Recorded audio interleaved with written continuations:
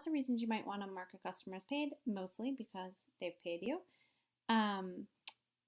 This is something you would probably need to do this if you received an EBT payment, a check in the mail, cash at the farmer's market, something like that.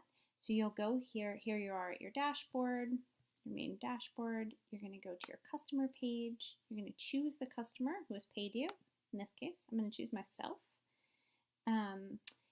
When you scroll down to invoices here, you'll see some that are maybe paid online, some that in this case, this one was paid offline and marked paid already. So now you can see it's grayed out.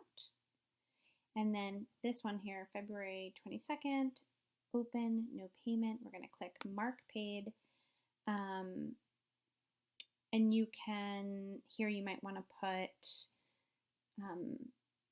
paid in cash at the farmer's market on 2/22, or paid EBT, or you might write check number 123456, and maybe the date, paid 2/28. So then you submit that, and it will show up as paid. So it's now paid offline. You'll see that it's grayed out.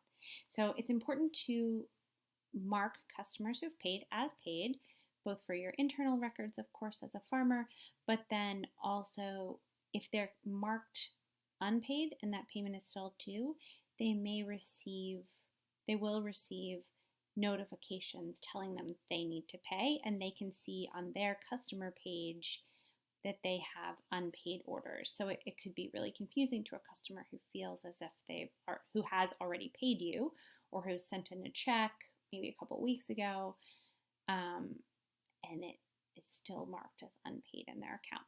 So it's a quick and easy process, and hopefully you'll find it super easy too. Thanks.